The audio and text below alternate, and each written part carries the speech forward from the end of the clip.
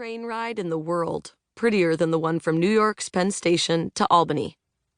10 of the 17 people in our class took that train up to the first June residency.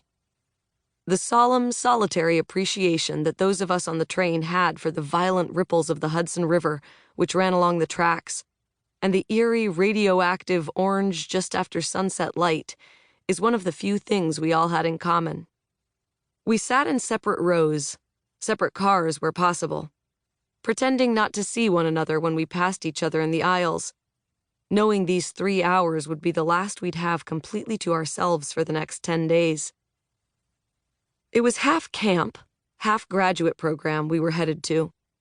Half vacation, at least it used up all our vacation days, half second job. We sometimes hated telling people we only had to be on campus for 2 short residencies a year, because it made it seem like a part-time program, when in reality, we had to mail our professors packets with 20 pages of new work and 2 critical papers every month, which was considerably harder than drinking wine on campus during the stretches we were technically in school. In between residencies, we didn't have the luxury of writing all day, and had to set alarms an hour earlier than we would have for our paying work alone, and we scribbled good lines on napkins during lunch breaks. But we graduated without all the debt. There are fewer than 10 low-residency MFA programs in the country, and the classes tend to be small. But that only makes it a more exclusive club. Fielding's program was set up so that its students had minimal interaction with the liberal arts undergrads. Our residencies were held during their summer and winter breaks. The undergrads had not yet tasted the tedium and burnt coffee that best characterizes most entry-level office jobs, which we felt certain kept them from fully appreciating the beauty of a campus we loved at first sight. We all had secret lives back home. We were doctors and judges and waitresses, baristas and teachers and marketing managers. We had children and grandchildren, boyfriends, wives, and pets, pictures and anecdotes about whom, it was silently and mutually agreed, would come out for sharing only once, in the beginning of the first residency.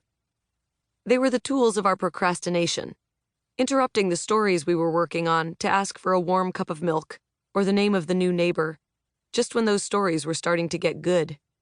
This was our time for which we had given up tropical cruises, family reunions, and exotic destination weddings.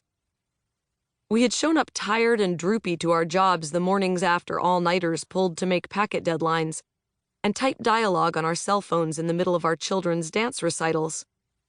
And so, during the 10-day stretch when our part-time campus beckoned and kept us, we guarded our time vigilantly, careful of the omniscient threat of home and all its comforts. The program's students generally fell into 3 categories. The first was the married accountants, or married ad copywriters, or married drug reps, people who had jobs that no one's practical father had ever warned against. Monotonous, reliable, well-paying work that came with benefits and retirement plans and that nobody ever dreamed about doing when they were young. These holders of practical jobs were almost always men, but it was not their practical jobs or their gender that really defined this first kind of student. It was their boredom. When they were off campus, they fought their boredom in the small suburban towns they lived in by writing gratuitously violent stories in clunky, showy prose that always felt like a version of somebody else's writing, but less sure of itself, less effortless. It was prose you could feel working.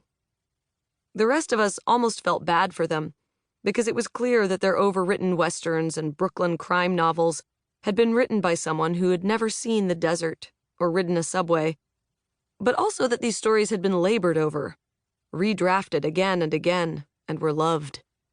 We didn't, though, feel that bad for them, because during the 10 days they were on campus, this group of students fought their boredom by flirting with the 20-something female students who had not been out of school long enough to realize that the beers these men bought for them and the men's willingness to laugh at their jokes or encourage their latest novel ideas were all bad clichés.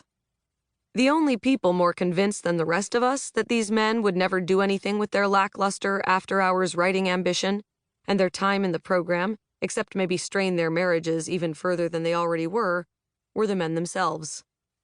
They didn't have the stacks of rejections the rest